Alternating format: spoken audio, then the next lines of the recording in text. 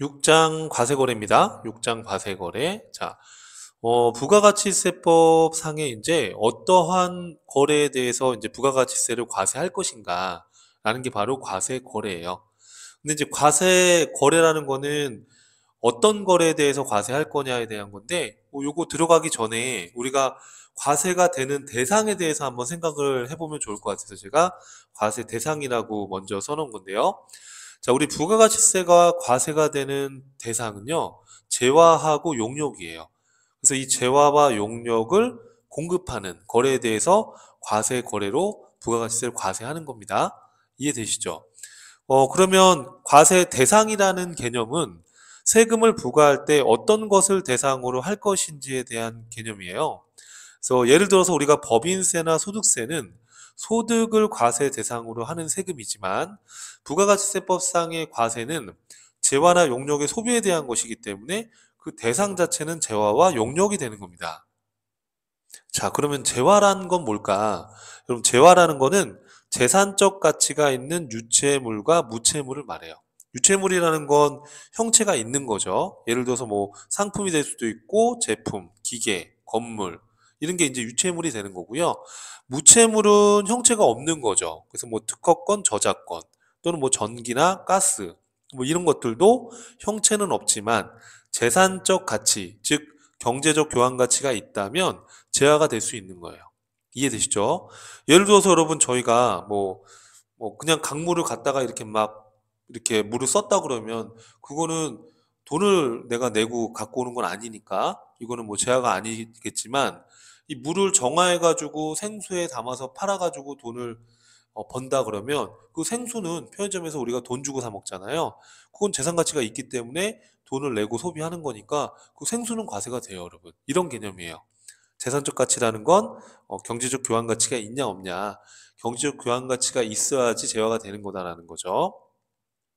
주의사항은 여러분 화폐나 또는 수표 또는 어음 이런 것들은 이런 화폐나 또는 수표, 어음 등의 유가증권은 이런 유가증권은 재산 가치가 있긴 하지만 이 재화가 될 수 없어요. 왜 그러냐면 여러분 수표나 어음 이 자체를 우리가 소비하는 게 아니라 이런 수표, 어음, 화폐 이런 것들은 소비 대상이 아니라 지불 수단이기 때문에 이 자체가 재화가 될 수는 없는 거예요. 이해되시죠, 여러분?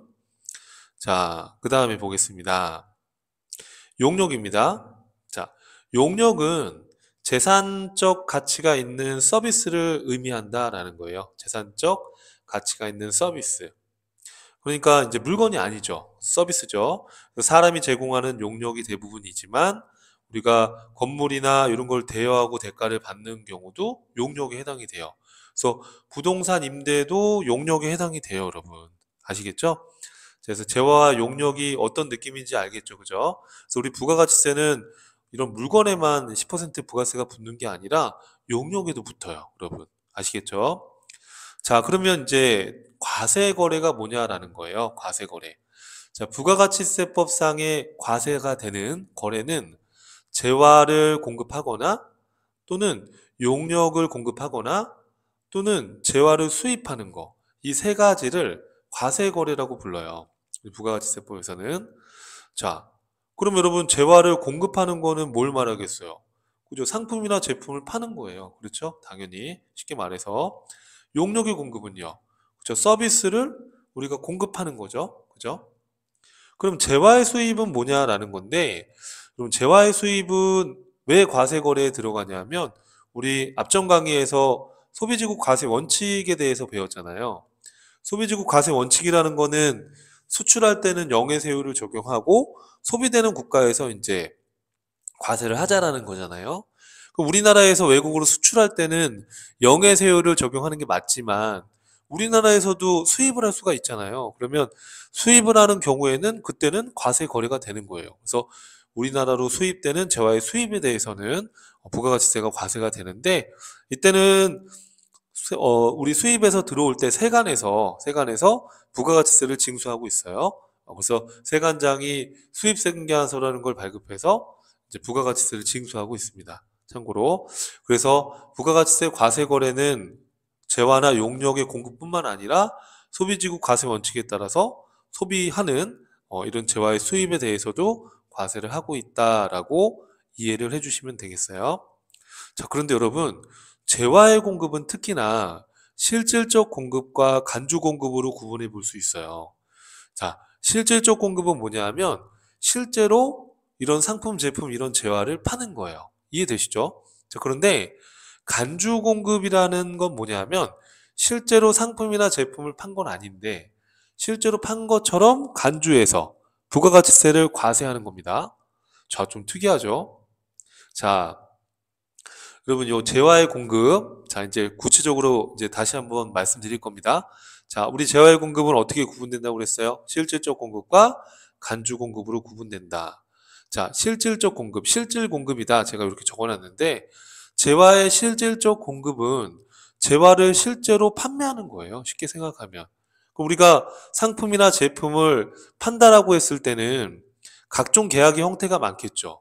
뭐, 매매 계약. 매매 계약이라는 거는 현금 받고 팔 수도 있고 외상으로 팔 수도 있고 외상 판매죠, 여러분. 외상 판매, 외상 판매가 될 수도 있고 할부 판매가 될 수도 있고요. 그렇죠? 자, 이렇게 실제로 각종 계약에 의해서 판매가 되는 형태가 실질적 공급으로 보는 거죠. 이건 뭐 너무 어렵게 생각하지 마시고 계약에 따라서 실제로 물건을 파는 거, 그죠? 현금 판매도 실질적 공급, 외상 판매, 할부 판매, 뭐 교환 이런 거래를 통해서 파는 거 이런 것들 전부 다 실제로 재화를 파는 거라는 거예요. 이해되시죠? 자, 그래서 교환 계약 이런 거, 또 이런 매매 계약, 또 교환 계약, 잠깐 지금 말씀드렸던 거, 교환 계약, 또 가공 계약 이런 것들. 교환 계약은 교환 계약은 서로 물건을 맞바꾸는 거잖아요. 이것도 당연히 실질적 공급으로 보고요. 가공 계약은 뭐냐 하면 실제로 내가 이제 재료를 구입해서 물건을 만들어서 파는 거예요. 쉽게 생각하면 제조업이라고 생각하면 돼요, 여러분. 이해할 때. 가공 계약이라는 게 뭐예요? 내가 물건을 만들어서 파는 거니까 제조업을 떠올리시면 되는 거예요. 이해되시죠? 그래서 물건을 만들어서 팔면 당연히 재화를 실제로 제품을 판매한 거니까 당연히 부가세 과세가 됩니다. 자, 다만 여러분 우리가 이제 가공계약과 관련해서 주의할 거는 가공계약을 맺었는데 이게 내가 자재를 사와서 물건을 만들어서 파는 게 아니고요. 만약에 주요 자재를 부담하지 않고 가공만 한 경우, 이걸 우리가 단순 임가공이라고 하는데 가공만 해서 내가 만약에 공급을 했다.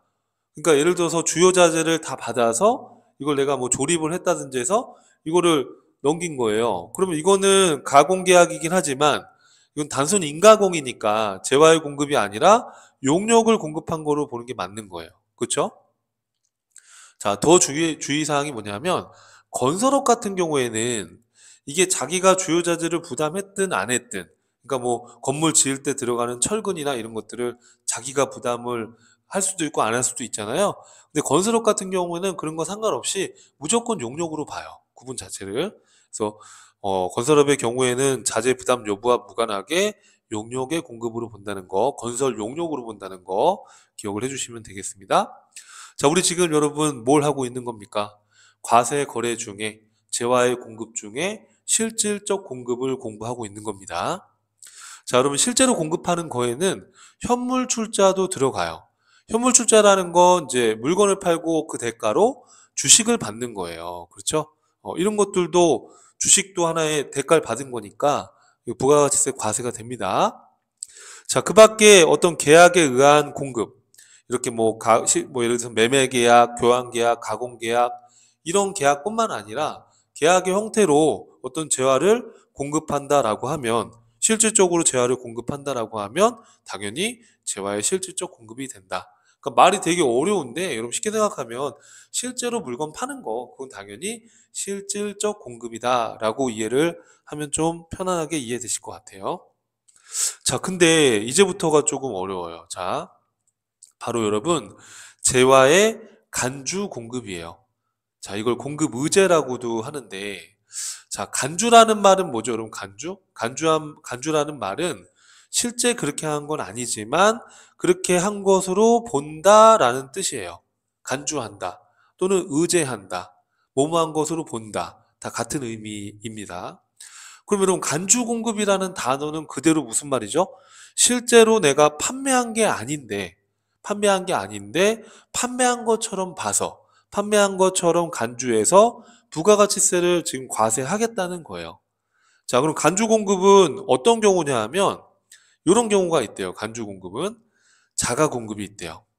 자가 공급은 기업 스스로 자기가 이 재화를 소비하는 경우예요. 그래서 아직은 안 배웠지만 자가 공급이라는 게 있어요. 자, 그리고 개인 쪽 공급, 사업상 증여, 폐업 시 잔존 제한. 이 네 가지를 우리가 간주 공급이라고 불러요. 자, 그럼 여러분, 이 간주 공급은 실제로 판 건 아니지만 실제로 판 것처럼 봐서 부가가치세를 과세하겠다는 거예요. 결론은. 자, 그러면 개인 쪽 공급, 사업상 증여 이렇게 내용들이 있는데, 자, 개인 쪽 공급은 개인적으로 재화를 소비하는 경우예요. 예를 들어서 이제 뒤에 가서 자세히 설명드리겠지만, 판매하려고 구입한 상품을 예를 들어서 직원한테 선물로 이렇게 주는 거예요. 복지 목적으로. 그러면 이것도 소비를 한 건데, 이걸 부가가치세를 안 내게 되는 거잖아요. 이것도 과세를 하겠다는 거예요. 사업상 증여는 여러분, 뒤에 가서 또 자세히 설명하겠지만, 거래처에게 명절 때 판매하려고 구입해 놓은 상품을 선물로 줬어요. 그럼 이것도 소비를 한 건데, 이 부가세를 안 내게 되잖아요. 이렇게 하게 되면. 그래서 이것도 부가세를 징수하겠다는 거예요. 이런 경우에도 사업을 위해서 이렇게 공짜로 물건을 거래처에 선물했다든지 이런 경우에. 자, 폐업 시 잔존제하라는 건, 자, 사업자가 매입세 공제를 다 받아놓고 폐업을 해버리면 사업자가 아니기 때문에 부가세를 징수할 수가 없어요, 세무서에서. 그래서 매입세 공제 받아놓고 이거를 폐업할 때 팔지 않고 만약에 잔존제하로 남아 있으면 매입세 공제받은 거를 우리가 세무서에서 추징할 수가 없으니까 이거를 폐업 시 남아있는 잔존제하에 대해서 소비한 걸로 봐서, 그 남아있는 잔존제하를 소비한 걸로 봐서 매입세 공제받은 거를 과세하는 그런 패턴이에요. 자, 지금 제가 간략하게 얘기했지만 내용 자체가 좀 어렵기 때문에 하나하나 그림 보면서 설명을 드릴게요, 여러분. 자, 우리 부가가치세법 이론 공부할 때 이 간주 공급이 제일 어려워요. 그래서 요거를 잘 정리를 해야 됩니다. 자, 그러면 자가 공급은 자기가 스스로 소비하는 걸 말하는 건데 딱 세 가지가 있어요. 자, 면세 사업의 전용이라는 게 있고요. 자, 여러분들 지금 뭔지 모르겠죠, 그죠? 자, 한번 제목 정도만 보는 겁니다. 비영업용 소형 승용차 전용이라고 돼 있어요. 제가 키워드만 넣어놨는데 비영업용 소형 승용차라는 게 용어가 이제 개별 소비세 과세 대상 이렇게 또 용어가 바뀌긴 했는데, 자, 하여튼 비영업용 소형 승용차의 전용, 또 판매 목적 타사업장 반출 뭐 이런 게 있대요. 이런 거 이제 자가 공급이다라고 얘기를 하겠대요. 자, 그럼 여러분 이거를 하나하나씩 제가 그림을 그려놨거든요. 이게 대체 무슨 말인지 하나하나씩 볼 거예요. 자, 다시 한번 요점은 간주 공급은 실제로 판 건 아니지만 공급한 것처럼 간주해서 부가가치세를 과세하겠다. 그렇게 우선 이해를 하고, 그러면 간주 공급으로 과세되는 경우의 수들이 몇 가지가 있는데 자가 공급이 있다라고 제가 말씀드렸죠. 자가 공급은 사업자 자기가 스스로 소비를 하는 거예요. 이거를 우리가 자가 공급이라고 하는데, 어, 자기가 스스로 공급하는 거다. 스스로 공급한다라고 하는 것보다는 스스로 소비한다 이렇게 생각하면 돼요. 스스로 소비하는 거다 이렇게 이해하면 돼요. 그럼 자가 공급은 크게 면세 사업의 전용, 비영업용 소형 승용차 유지의 전용, 판매 목적으로 다른 사업장에 반출하는 경우다 이렇게 해놨는데 대체 무슨 말인지 하나하나 한번 천천히, 왜 이걸 실제 판 건 아닌데 판 것처럼 간주해서 부가가치세를 왜 국가에서 과세하는지 그 이유를 한번 들어보세요. 자, 자가 공급의 첫 번째는 면세 사업에 전용한다라는 거예요. 면세 사업에 전용한다. 자, 여러분 이 면세 사업에 전용이라는 거는 겸용사업자한테 해당하는 거예요. 겸용사업자. 겸용사업자. 여러분 겸용사업자라는 게 뭐냐면 과세와 면세를 같이 하고 있는 사업자예요. 과세 사업도 하고 면세 사업도 하고 있는 이 사업자를 겸용사업자라고 해요. 자, 여러분 면세 사업과 관련해서는 매입세액 공제가 안 돼요, 참고로. 과세사업과 관련된 건 매입세액 공제가 돼요. 자, 무슨 얘기냐면 요 구체적인 내용을 보기 전에 잠깐 여러분 요 설명을 한번 드려볼게요. 자, 무슨 얘기냐? 이렇게 해서 한번 볼게요. 자, 여러분 우리가 자, 요 그림을 그려놓고 설명드릴게요. 이렇게 자, 그림을 그려놓고 자, 여러분 요 그림을 책 여백에다가 이렇게 한번 첨삭해 보세요. 자, 우리가 면세 사업을 하고 있다라고 하면은 자, 면세 물건을 파는 사업이죠.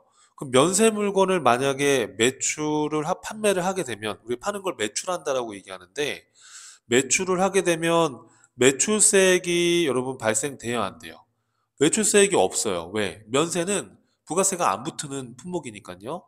근데 이 면세 사업자도 물건을 파는 걸 떠나서 뭔가 물건을 부가가치 창출을 위해서 뭔가를 매입해서 소비할 수 있잖아요. 물건을 살 수도 있잖아요. 면세 사업자가. 그럼 물건을 사는 걸 매입한다라고 해요. 매입을 하게 되면 이 매입한 게 부가세가 과세되는 재화나 용역이면 요 매입할 때 매입세액이 붙거든요. 부가세가. 우리가 물건 살 때 10% 붙은 걸 매입세액이라고 한다고 했잖아요. 그렇죠? 그럼 매입세액이 있을 수 있죠.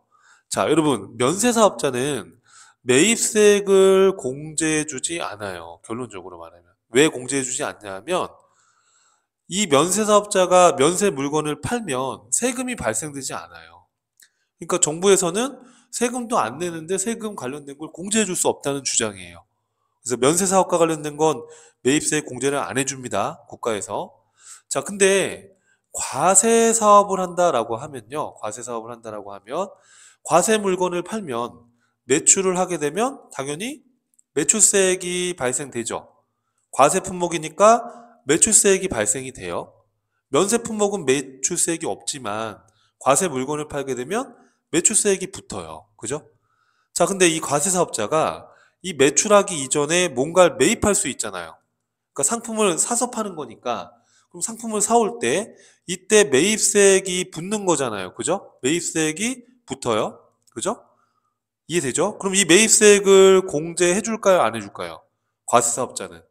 매입세액을 공제받을 수 있어요. 왜 공제받을 수 있냐 하면 자, 이 매입세액을 공제해주면 이 사업자는 이걸 매입해가지고 부가가치 창출을 해가지고 재화나 용역을 공급하면 매출세액이 발생돼서 세금을 낼 거기 때문에 이 매입세액을 공제해 주는 거예요. 근데 면세사업자는 물건을 팔아도 매출세액이 없으니까 이 면세사업과 관련된 매입세액은 공제해 주지 않습니다. 그러니까 이거를 먼저 여러분들이 이 규칙을 받아들여야 됩니다. 자, 이렇게 지금 부가가치세법에서는 면세사업과 관련된 면세사업에서는 매출세액이 없으니까 매입세액 공제도 안 해주고, 과세사업은 매출세액이 발생되니까 세금을 내니까 관련된 매입세액을 공제해준다. 이 내용을 우선은 숙지를 하고, 자, 그러면 우리가 과세사업만 하고 있다 그러면 매입세액 다 공제받으면 되고요. 면세사업만 하고 있다 그러면 매입세액을 다 공제 안 받으면 돼요. 근데 문제는 과세와 면세를 같이 하고 있는 무슨 사업자? 겸용사업자가 문제가 돼요. 겸용사업자는 과세 물건도 팔고 면세 물건도 판단 말이에요. 자, 그럼 이 겸용사업자가 면세 사업을 위해서 뭔가 매입하면 매입세 공제를 해줘요, 안 해줘요? 면세 사업과 관련해서는 공제를 안 해줘요. 과세 사업을 위해서 매입하면 매입세 공제를 받을 수 있어요, 또 이렇게. 자, 면세 사업에서는 매입한 거를 왜 공제 안 해줄까요, 여러분? 면세 사업에서 물건을 팔아도 매출세액이 발생되지 않기 때문에 그래요.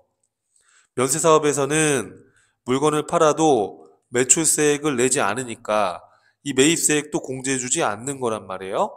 근데 과세 사업에서는 이 물건을 팔게 되면 매출세액이 발생이 되니까 세금을 내니까 이 관련된 매입세액을 공제해 주는 거예요. 이 논리는 항상 똑같아요. 그렇죠? 자, 근데 이 겸용사업자가 어떤 경우가 있냐면, 자, 면세사업으로 할게요라고 매입세액 신고를 하게 되면 이 공제를 못 받거든요, 이게. 면세사업에 쓸게요라고 하면. 그러니까 과세사업에 사용합니다라고 매입세액을 공제 받아놓고 이거를 만약에 면세사업에 갖다가 사용하게 되면 이거를 전용한다라고 얘기해요. 전용. 과세사업으로 매입세액을 공제 받아놓고 이걸 면세사업에 갖다가 이렇게 갖다가 사용을 하게 되면, 그럼 면세사업에서는 매출세액이 발생되지 않으니까 처음부터 면세사업에 사용하겠다고 했으면 매입세액 공제를 못 받았을 거 아닙니까? 근데 이거를 매입세액 공제 다 받아놓고 면세사업에 갖다가 이렇게 사용하게 되면 세금을 징수할 수가 없어요. 세무서 입장에서는. 그죠? 그래서 특이하게도 매입세 공제를 받아놓고 과세사업에 사용하겠다고 공제 받아놓고 면세사업에 갖다가 전용해서 사용하면 세금을 징수할 수가 없으니까 이게 실제로 외부에 물건을 판 건 아니지만 물건을 공급한 걸로 간주하겠다. 내부적으로 그냥 사용한 거지만 그냥 물건을 판 것처럼 간주해서 이 면세사업에 전용한 요 시점에서 과세를 하겠다는 거예요. 이거를 여러분 뭐라고 한다? 면세사업의 전용이다라고 하는 거예요. 이해되시겠죠, 여러분? 자, 그래서 요 그림으로 한번 여러분 생각을 해보세요. 알았죠?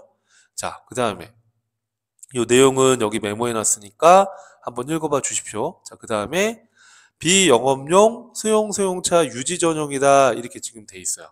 자, 여러분 요 비영업용 수용차라는 요 표현을 근래 이제 개별 소비세 과세 대상 승용차 이렇게 또 얘기하기도 하거든요. 그래서 이렇게 요 표현도 기억해 주세요. 개별 소비세 과세 대상, 개별 소비세 과세 대상 승용차라고도 불러요. 이렇게요.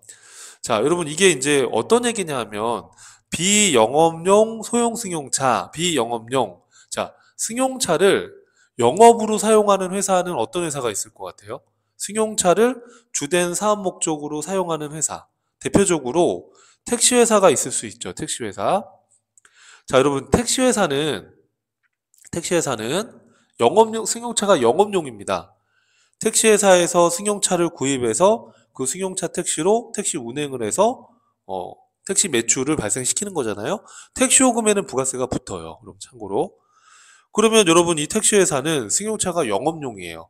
그럼 택시회사에서는 택시 운행을 하게 되면 택시 요금에 부가세가 과세가 돼요.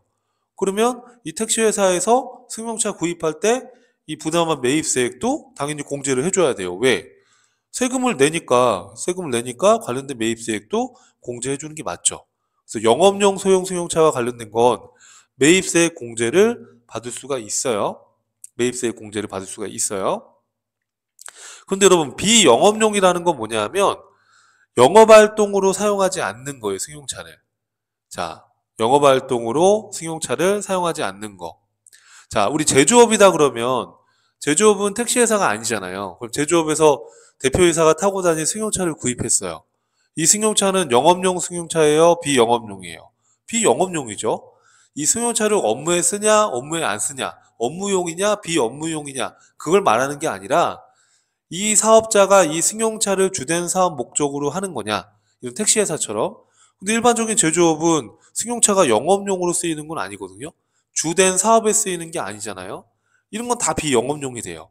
이런 건 이제 비영업용 소형 승용차라고 하는데, 비영업용 소형 승용차를 구입할 때 그 승용차 구입할 때 붙은 부가세 매입세액은 매입세액 공제를 안 해줘요. 왜냐하면 그 승용차로 뭔가 영업을 해가지고 매출세액을 발생시키는 건 아니잖아요. 그렇죠?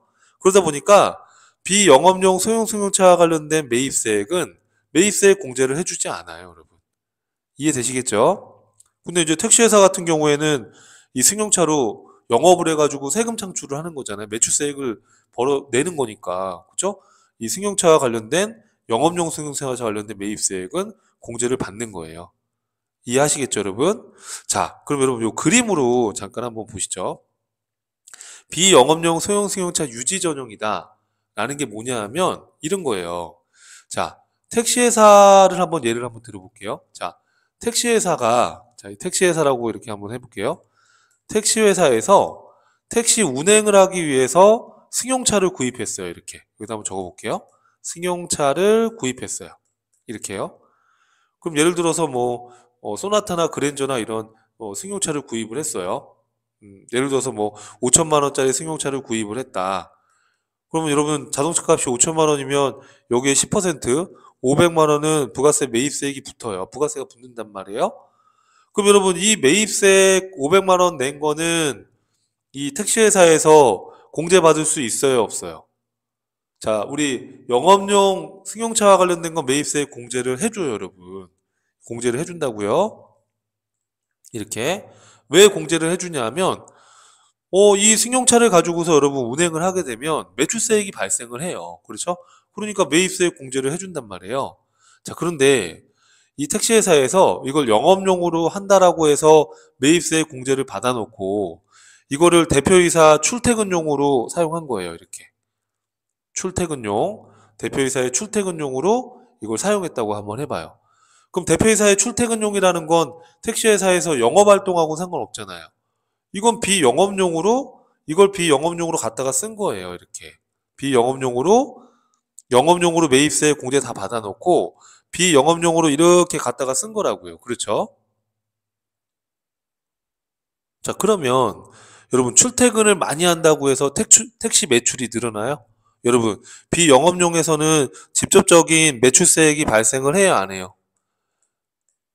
사장님 출퇴근 열심히 하면 여러분 매출세액 부가가치세 많이 내요? 그런 거 아니잖아요.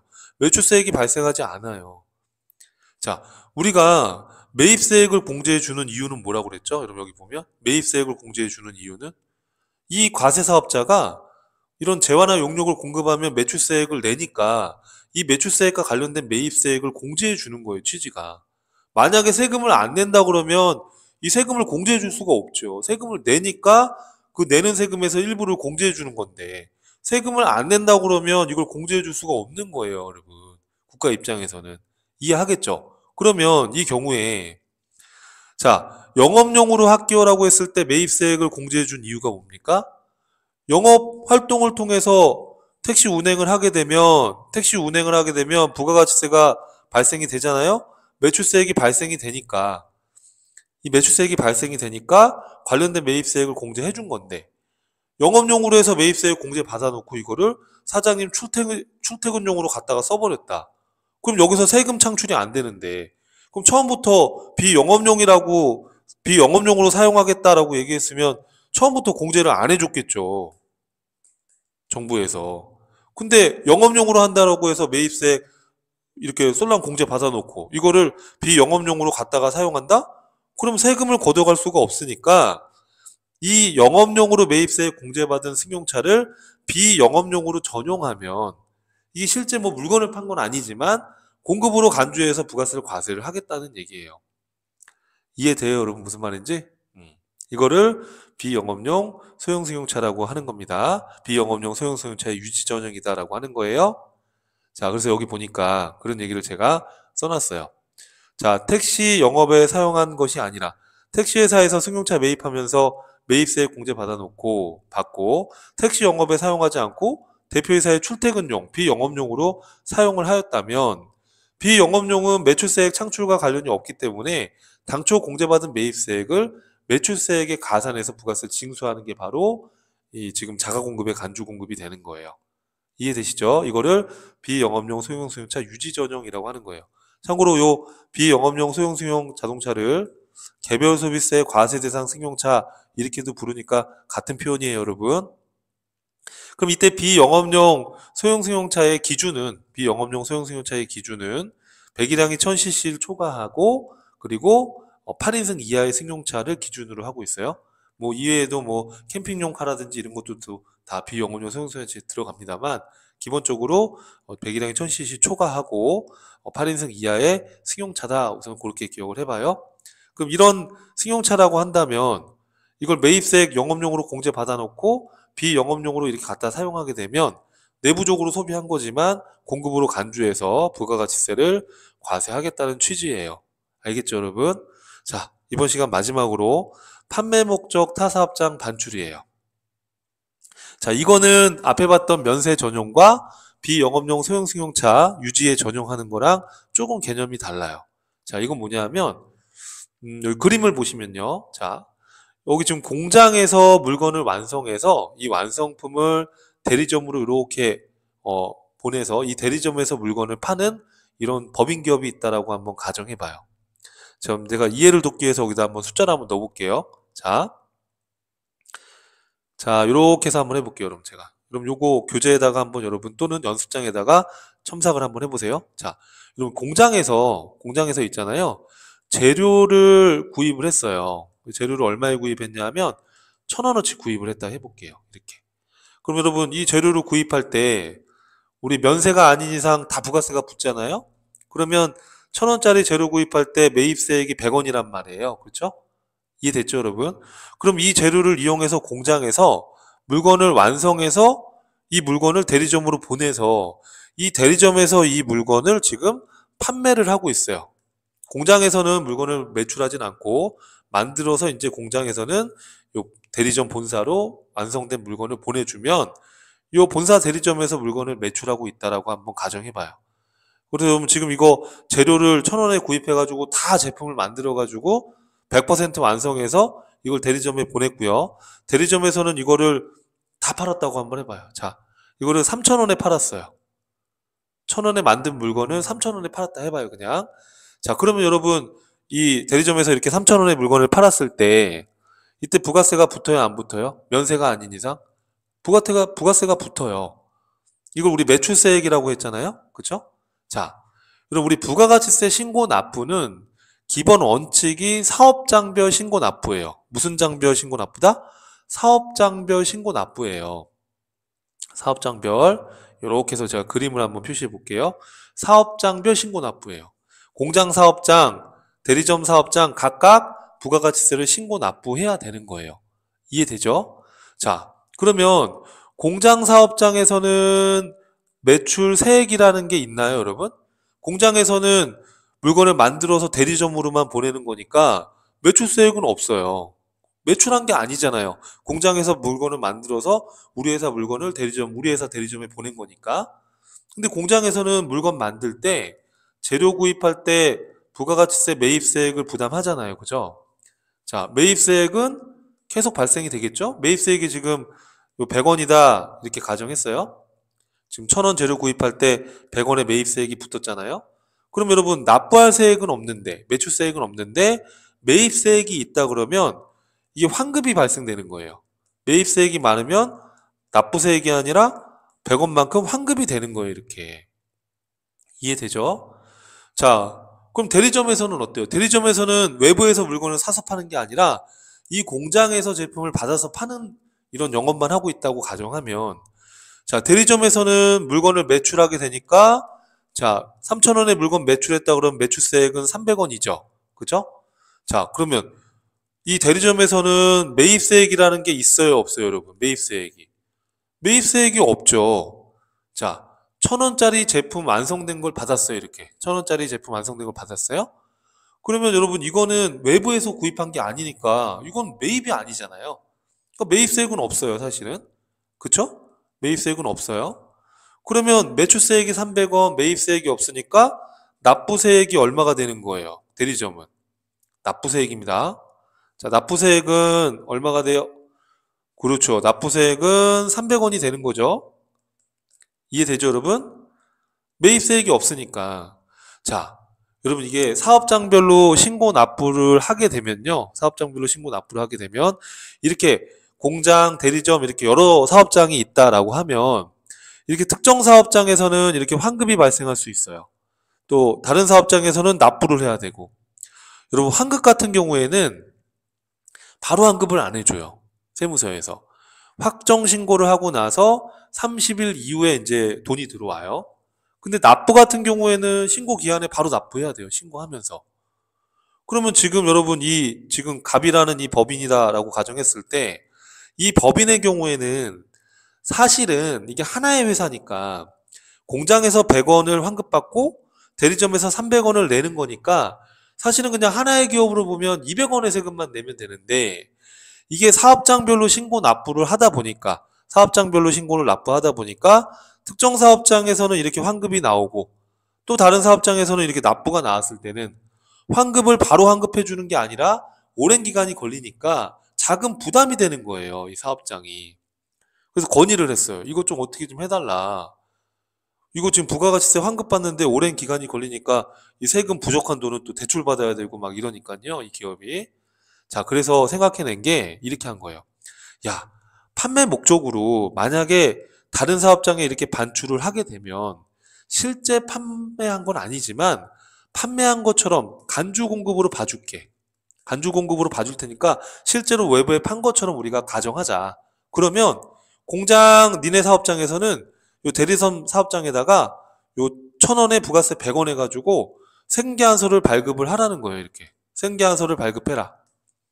생계한서 발급해라 이거예요.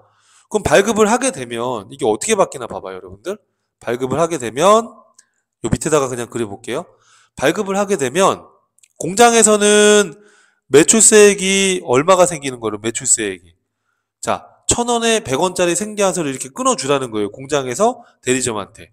그러면 100원의 매출세액이 생기잖아요. 생계한서를 끊어줬으니까 대리점에서 공장에서 대리점한테. 그러면 공장에서는 매입세액이 얼마가 있었어요, 지금? 100원이 있었잖아요. 그러면 매출세액에서 매입세액을 빼면 환급받을 건 없지요. 0이죠. 자, 그러면 대리점은 어떻게 되는 거예요? 자, 대리점은 지금 3,000원에 이걸 팔아가지고 300원의 매출세액이 있는데 지금 공장에서 매입세액계산서를 받은 거예요, 지금. 그럼 매입세액이 얼마가 돼요? 100원만큼 매입세액 공제를 받잖아요. 그러면 여러분 요 본사 대리점에서는 납부세액을 얼마만 납부하면 되는 거예요? 300원이 아니라 200원만 납부를 하면 되는 거예요. 그러면 굳이 이 100원을 오랜 기간에 걸쳐서 환급을 받지 않고 그냥 이 대리점에서 300원 낼 때 100원을 공제받고 나머지만 내면 굳이 이 100원을 대출받을 필요가 없잖아요, 기업이. 그렇죠? 그래서 이런 목적으로 이렇게 여러 사업장이 있을 때 특정 사업장에서 환급이 나왔을 때는 환급을 해주는 기간이 좀 시일이 걸리니까 그냥 판매 목적으로 다른 사업장에 이렇게 재화를 반출했다 그러면 판매한 건 아니죠. 이게 하나의 기업이니까 그냥 판매한 것처럼 봐서 생계한서 발행해 하라는 거예요. 이렇게. 이해하겠어요, 여러분? 무슨 말인지? 예. 이렇게 해서 이 자금 부담을 해소해 주겠다라는 거예요. 이해되죠, 여러분? 근데 이제 또 이게 문제가 있는 게 만약에 이 갑 법인이 주사업장 총괄납부나 사업자 단위과세자에 해당이 돼요. 자, 우리 이전 강의에서 주사업장 총괄납부나 사업자 단위과세자라는 건 어떤 사업자예요? 자, 주사업장 총괄납부는 본사에서 지점에 환급받을 걸 통산해서 낼 수 있었죠. 그리고 사업자 단위과세자는 부가가세 신고 납부를 통합해서 그냥 본사에서 하는 거라고 그랬었잖아요. 그럼 이렇게 주사업장 총괄납부나 사업자 단위과세자다라고 한다면 이런 자금 부담이 생겨요, 안 생겨요? 안 생기죠, 여러분. 어차피 300원에서 100원 제외하고 200원만 내는 게 주사업장 총괄납부니까. 사업자 단위과세는 그냥 이 공장과 대리점 본사를 합쳐서 신고해버리는 거니까 200원의 세금만 내겠죠. 그럼 이렇게 주사업장 총괄납부 사업자나 사업자 단위과세자는 자금 부담이 생긴다, 안 생긴다? 자금 부담이 안 생기는 거예요. 그래서 이런 경우에는 판매 목적 타사업장 반출을 이거 적용해 주지 않습니다. 어차피 자금 부담이 안 되니까. 그런데 이 주사업장 총괄납부 또는 사업자 단위과세 사업자가 생계하서를 발행하면 안 되죠. 왜냐하면 이런 사업자의 경우에는 이 판매 목적 타사업장 반출을 적용 안 해준다고 했으니까. 근데 실수로 생계하서를 모르고 발급한 거예요. 발급하면 안 되는데. 근데 이 발급한 걸 만약에 인정을 안 해줘 버리면 이 매입세액 공제를 못 받거든요. 이 대리점은. 근데 이건 지금 이 사업자에게 제재를 가하려는 게 아니라 이런 법인의 자금 부담을 줄여주기 위해서 하는 거잖아요. 그래서 혹시 주사업장 총괄납부 사업자 단위과세자가 판매 목적 타사업장 반출에 대해서 실수로 생겨서 끊으면 안 되는데 끊었어요? 그럼 그대로 인정해 주는 거예요. 왜냐? 이 제도는 이 법인을 옥죄려는 게 아니니까 제재하려는 게 아니라 이 업무 특성상 편의를 봐주는 거니까 실수로 끊었으면 그냥 생겨서 발급한 걸로 해서 신고하라는 거예요. 인정해 줄 테니까. 자, 여러분 다시 한번 정리하고 다음 강에서 또 이어서 봐야 될 것 같은데 자, 우리 이번 시간에서 한 게 뭐예요, 여러분? 쭉 한번 살펴보면 자, 2분 정도만 과세거래. 자, 과세거래라는 건 뭐라고요, 여러분? 불러주세요. 재화의 공급, 용역의 공급, 재화의 수입이 있다. 그럼 재화의 공급은 실제로 파는 건 실질적 공급이고 실제로 팔지 않았지만 공급으로 간주해서 과세하는 경우가 있다. 기억나세요, 여러분들? 자, 그래서 실질적 공급은 우리가 매매 계약이나 교환 계약이나 가공 계약 등 이런 계약에 의해서 실제로 물건을 공급하는 거예요. 근데 간주 공급은 어떤 거였어요, 여러분? 간주 공급은 실제로 공급한 건 아니지만 국가가 부가가치세를 징수하기 위해서 공급한 걸로 간주하는 거였잖아요. 자, 우리 다 배우진 않았지만 이번 교시에서 배웠던 거 어떤 거죠? 불러주세요, 여러분. 자, 자가공급, 개인적 공급, 사업상 증여, 폐업 시 잔존제하라는 게 있다. 그래서 아직 안 배워서 뭔지 모르겠다. 그런데 자가공급이 뭔지 배웠죠. 어떤 게 있다고요? 면세사업의 전형. 자, 과세와 면세를 같이 겸용하고 있는 겸용사업자가 과세사업으로 매입세 공제받아 놓고 면세사업에 갖다가 사용하게 되면 세금을 거둬들일 수가 없으니까 매입세 공제받은 걸 추징하는 개념이에요. 그래서 면세사업에 갖다가 쓰면 당초에 매입세 공제받은 거를 매출세액으로 간주하겠다. 뭐 그렇게 이해를 여러분 해봐요. 또 비영업용 소형승용차 유지에 전용한다. 비영업용 소형승용차를 개별소비세 과세대상 승용차라고도 합니다. 그래서 개별소비세 과세대상 승용차에 전용했다. 이렇게 또는 뭐 비영업용 소형승용차에 전용했다라고 하면 이건 어떤 거였어요? 자, 영업용 승용차라고 한다면 매입세 공제되는데 이걸 영업용으로 하겠다라고 매입세 공제 받아놓고 뭐 사장님 출퇴근용으로 비영업용으로 전용해서 쓴 거죠? 그렇죠? 그럼 비영업용으로 사용하게 되면 비영업용에서 매출세액이 발생 안 되니까 영업용으로 할게요라고 매입세 공제 받은 거를 부가가치세를 공급으로 간주해서 과세하겠다는 거예요. 자, 판매 목적 타사업장 반출은 여러분 제재를 가하는 거예요? 아니면 실무 편의를 고려한 거예요? 실무 편의를 고려해서 이 법인의 자금 부담을 줄여주는 거였죠. 이 판매 목적 타사업장 반출이 뭐였었어요? 이렇게 자 이렇게 공장에서 이렇게 판매 목적으로 대리점에 반출했을 때 실제로 같은 회사 거니까 물건을 외부에 판 건 아니지만 판 것처럼 생계화를 끊어라. 그럼 끊어주면 이 공장에서는 굳이 환급받을 필요도 없고 이 본사에서도 이 대리점에서도 매입세액으로 공제받고 나머지만 내면 되니까 자금 부담이 해소될 것이다. 이런 취지죠. 근데 만약에 주사업장 총괄납부나 사업자 단위과세자라고 하면 이때는 판매 목적 타사업장 반출을 적용하지 않을 건데 실수로 모르고 생계해서 끊었다. 그러면 그대로 인정해줄게. 그죠? 이건 제재를 가하려는 이런 취지가 아니니까요. 그대로 인정해주겠다 이렇게 규정을 하고 있는 거예요. 이해하시겠죠? 자, 그래서 우리 부가가치세법에서는 실제 공급은 아니지만 공급으로 간주하는 경우가 있다. 그걸 간주공급이라고 하고 이번 교시에서는 자가공급에 대해서 학습했습니다. 자, 개념이 상당히 어렵기 때문에 이번 수업을 듣고 나중에 여러분 부가세 완강한 다음에 한 번 더 들어봐 주세요. 꼭입니다. 이 부분은. 자, 고생 많으셨고요. 다음 강좌에서 뵙겠습니다.